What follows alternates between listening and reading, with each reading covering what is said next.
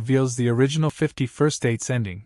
There was no happily ever after when the movie was a drama set in Seattle. Drew Barrymore and Adam Sandler's 50 First Dates is celebrating its 20th anniversary this year, and the former dropped a surprise revelation on her eponymous daytime talk show by sharing the original ending to the 2004 romantic comedy classic.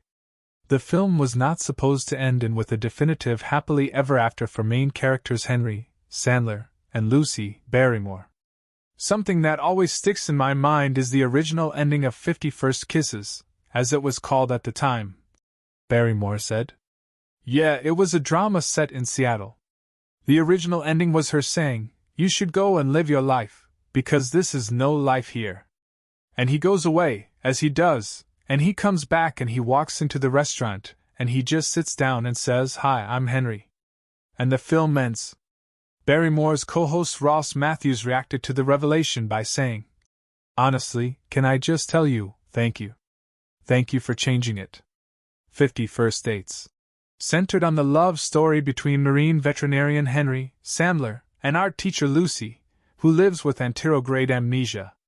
Lucy's memory resets at the start of every day, so she never remembers falling in love with Henry. The film's theatrical cut ends with the two very much together as they join their daughter on a boat in Alaska, where Henry is pursuing his work. Back in 2019, 50 First Dates director Peter Siegel spoke to Entertainment Weekly about another alternate ending for the movie in which Henry makes a grand gesture in order to help with Lucy's memory of their love story. That version of the movie ended with Lucy waking up in bed and immediately looking at a mural on the ceiling that tells the story of her accident and life. Over the years, it was a mural that she painted that, unlike the mural in her father's garage, which they painted over each day so she had a blank canvas to work on, this one Henry left up so that when she woke up in the morning she could see a pictorial timeline of her last day to reintroduce her. Siegel said. So by the time she finished panning with her eyes from left to right, she would come to rest on Henry, and unlike earlier in the movie when she woke up in bed with him, and he was a stranger again, and she screamed and had a reaction, it was a way of reintroducing her to her life again.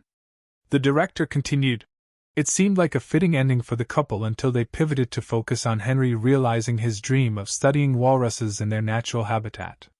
The idea came up, well, what if Lucy, her father, and their child were all there with him, and that just seemed really exciting and very emotional to me.